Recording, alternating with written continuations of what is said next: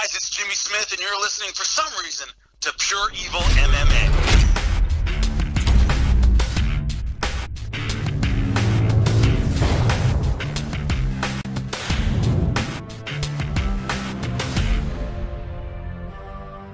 What's going on, Jamie? How you doing? I'm doing well, man. Thanks for having me. Appreciate it, man. Of course. I've actually been trying to do this for quite some time, man. Me and you have been following each other for a couple of months now. I was pretty pumped when you gave me the follow because, dude, it's so hard in this industry to just even get ahead. You just got to be so consistent. And sooner or later, you're going to get noticed, you know?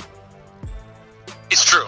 Yeah, I mean, you know, every now and then somebody asks me, and you know, someone's in broadcasting school or whatever, and they say, what's the secret? And I said, you just got to keep working at it. I mean, there's no magic formula to it. You start wherever you can and you stay with it as best you can do, man. But you know what the craziest thing is, though?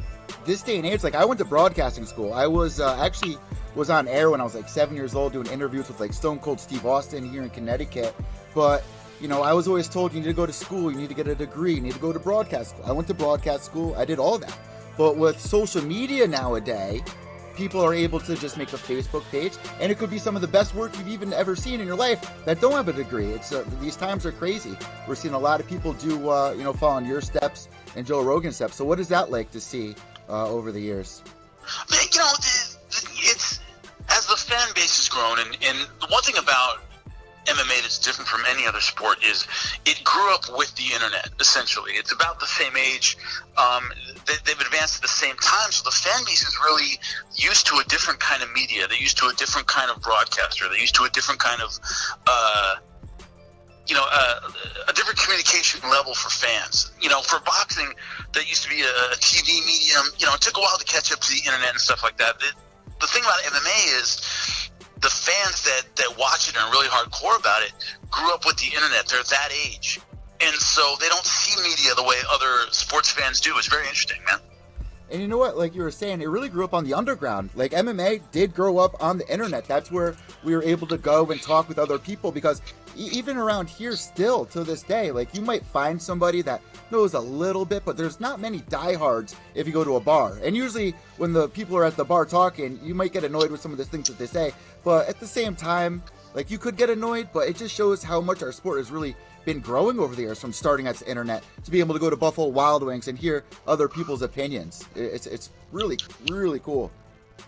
I could never do that, man. I could never watch a fight in public ever, ever, dude. It's just awful. So I never go out and watch them anywhere. If I do, it's somewhere I can see it by myself and not have to interact with people just because, you know, either, you know, you end up getting into the conversation about MMA so you can't watch the actual fights themselves, or like you said, you're stuck kind of having to listen to people who have no idea what they're seeing and deal with that, and I just can't, man. It's tough. It's tough. Well, I think one of the hardest things that we dealt with that, you know, we did get a couple positives from was the Mayweather-McGregor thing. How I went to the bank, my banker wanted to know about it. My ice cream man wanted to know about it. That was what was that like for you going with all that, seeing the sports really blow up on both ends? What was that experience like with you? The funny thing for me is that people were really, really excited about that fight. And I had the same experience you did, where people that have nothing to do with combat sports were asking me about it and what I thought and what did I think.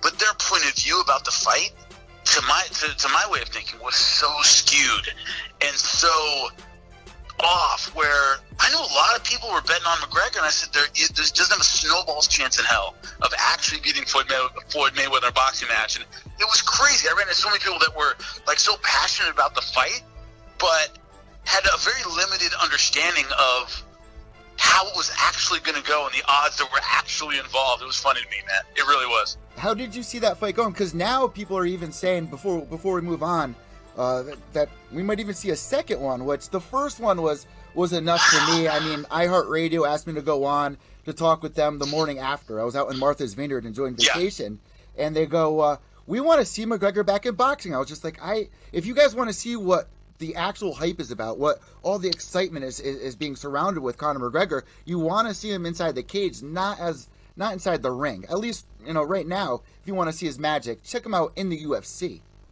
See what he's great at, and that's the thing that's been killing boxing recently. It's making a comeback, but what's killing a lot of boxing is the best aren't necessarily fighting the best. And when you look at, the 147-pound division, welterweight, was essentially which was the weight they fought in. You have Keith Thurman, you have Errol Spence Jr., Floyd Mayweather. Of course, he's retired, but so many great names in that weight class. And the idea that you want to see Conor McGregor get in there and fight again when, that's not – he's never going to be number one. He's never going to be a contender. He's never going to make a career out of it. He's never going to be a consistent name in boxing. Let's have the best face the best in boxing and in MMA. It's the same thing now we're hearing about Conor McGregor being retired and kind of floating around, and he may be coming back. And, dude, stick in the sport while you're in your prime and fight the best. And if you're not going to do that, make room for somebody else. That's how I see it. And you know what the craziest thing is? We've had all year without a Conor McGregor fight. This has been an amazing year for mixed martial arts without the big superstars. It's a great weight class, 155. I think it's absolutely stacked with talent. It's hard to find an easy fight in there. It's hard to find a fight that's not entertaining. So I've never been a fan of that, coming in and out every now and then, semi-retired, coming out of retirement for a fight kind of deal. I like fighters staying consistent, staying relevant in the division, and fighting the best. That's what it's all about to me. So, Jimmy, I don't know if you want to answer this, but one of the big things that have been going around is Elias Theodorou getting released from the UFC, and he's been on the show so many times. He's such a good guy. What was your take on it when you heard that news? What was your reaction to that, if you don't mind answering? No problem. First off, I really like Elias. He's a very, very nice guy. I called his fights in Bellator. We've hung out a couple times. I really like him personally. Was I surprised? Yes, because he has so many things that give him some value. He's Canadian, which is a market that's very, very important. Had a winning record. Consistent, reliable, had a good social media presence. And so I was a little surprised in that they couldn't find any value for the guy, even midway through a card, even a prelim card, anything where they could put a solid middleweight that they knew would show up and fight. Did he have the most exciting style in the world? No, he did not. I understand why it was done, but the idea that a guy who had so many positives outside of the fighting style, I understand that he went to decision all the time, but even as a gatekeeper, I'm surprised they didn't keep him around. I was very surprised. Yeah, like you said, he's such a good guy. What he was able to do for the sport with social media, that's so important this day and age. That they even make the fighters do classes now about how to represent yourself on social media. So I was a little surprised, but a lot of the fans, I'd say 60% of the fans, they could be brutal, man. Especially on Twitter. Brutal. Yeah. There's nothing like it. But you know what? Like we keep saying, it's been such an exciting time. And this year, one of the biggest things is BKFC. What are your thoughts on that? I mean, Artem versus Jason Knight, easily one of the best fights of the year. Like, at least entertainment. When I was literally sitting there laughing, I was at the edge of my seat. It had everything you wanted to make. It had all the ingredients for an amazing fight that you're going to remember come December. The problem I have with bare knuckle isn't, I'm not one of these people that, it's so brutal. And yeah, that doesn't bug me. I've seen some brutal Muay Thai fights too. I worry about the level of fighter in terms of the Artem Lobov, couldn't make it in the UFC, not an outstanding mixed martial artist even in his prime. Same thing with Knight, not a great mixed martial artist in his prime. Paulie Malignaggi, former world champion, but not in his prime. I fear that level of fighter that isn't there in MMA, isn't there in boxing, so they can go to bare knuckle. But you can have entertaining fights, but the physical cost is high. And I don't want to see fighters that, have maybe rethought their MMA career, rethought their boxing career, have one more fight in bare knuckle to make some money.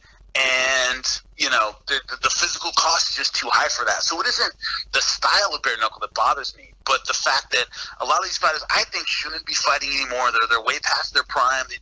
Chris Eben, another one. There's just one more for them to fight in. I worry about that. You know what I mean? Yeah, of course. Especially when, in a position like you're in where you see these guys time to time and you can see what they could do outside of there. Look at Rashad Evans. You got to host, UFC Tonight during a couple of the events with Rashad, hang out with Rashad, and he is so talented at doing that. There's a bunch of guys that could do something else, but I feel like a lot of the guys, if you want to talk about, after a fight, and look at Chuck Liddell, Tito Ortiz, I mean, BJ Penn, there's Anderson Silva. There's a lot of guys out there that are still doing it because they don't know how to live after fighting, and I've talked to this with a ton of fighters, so it's so hard for them to do.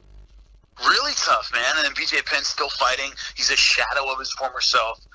Longest losing streak in UFC history. Stuff. I mean, it's just, seeing that is tough, especially what happens afterward, man. It's not easy to live with. So before we end this interview, because I know that you got a bunch of things going on right now, CES, John Gotti Jr. the third, or John Gotti the third. I was just there. I was checking out. Nick Newell is also on the card. CES is going to be on UFC Fight Pass. Well, did you get to check out any of John Gotti the third's clips? And if so, what did you think about him? I know Robin Black did a little 1 minute breakdown that he does. I've seen some of his clips previously. I haven't seen his last one. He fought recently? He's going to be fighting tomorrow night on UFC Fight Pass. Tomorrow night. Yeah, I didn't see his last one, but I've seen clips of him. I've seen a few CES shows, and one thing about CES, man, they put on a brutal good show. And the one problem is when I was on the road so much the last few years, I used to watch so much local MMA that it was, it used to be kind of my bread and butter. And I'm never able to get out to a local show anymore because to me, it's like that's where you see the hungry, young, up-and-coming fighters that really, really want to win, man. And I don't get a chance to see as much as I would like to, man. Southern California used to be a hotbed, man. And I never am able to get out to those local shows. But now it's on Fight Pass. I got to check them out, man. Yeah, tomorrow night, UFC Fight Pass. Before we let you go, Jimmy, what have you been up to? What do you got planned right now? I know that you're living in a new house. You're part of Invicta FC. Is that a one-time thing? Like, what's the plan for you with the rest of the year? Do you have one? Well, I have one coming up with another one coming up from Invicta later on in the year. And then what I've been doing most of is Sirius Satellite Radio. I've been on their Fight Nation show. I've been doing a ton of those. I was in for Luke Thomas for a few weeks when he had a baby. So it's really been a lot of radio gigs. We did one a couple days ago. They are a ton of fun. I love doing them. I love interacting with fans. So that's what I've been doing the most of, man. A lot of Sirius XM work. It's been great. So our MMA show you're also doing with Ryan Moody, correct? I know, dude, man.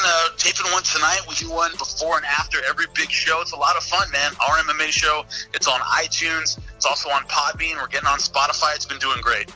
And really quick, predictions for this weekend's UFC event.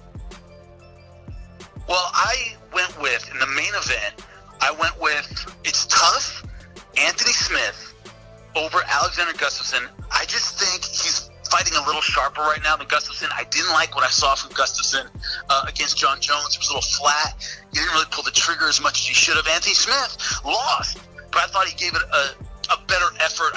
He's just hasn't had the miles on him in terms of the UFC that Gustafsson had. He's a vet, but he's kind of at the end of his run. Of course, the Volkan Ozdemir fight, that's off. Jimmy Manuwa versus Rakic. I went with Alexander Rakic over Manuwa. I think that's going to be a brutal fight. I think it's going to be short, but I'm going with the up-and-comer. I think he gets it done early, man. Looking forward to that. And are you going to be doing a preview show on your podcast that people can check out after they listen to this interview? We're recording it right now. Awesome. And it'll be up tomorrow, man. Take a look for it. Our MMA show, Jimmy Smith, Ryan Moody. Jimmy, thank you so much. It really means a lot that you checked in here on Pure EVil MMA. Thanks, Jimmy. Have a great night, man. Appreciate you. Later, man. Here we go. How about that, Jimmy Smith? I just ran into Robin Black an hour or two ago.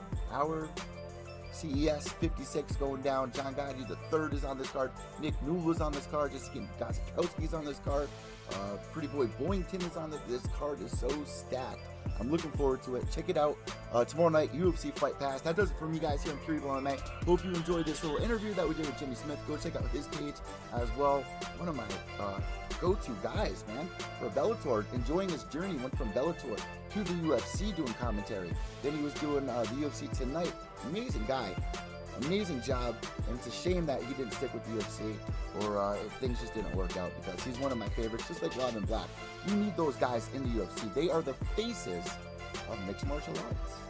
So it's awesome to have him here on Pure EVil MMA, guys. Subscribe down below. I'm EvilEd from PureEvilMMA.com. We get all the latest MMA news and interviews, and you know what it is. White knuckles to the end. Remember, without evil, no purity.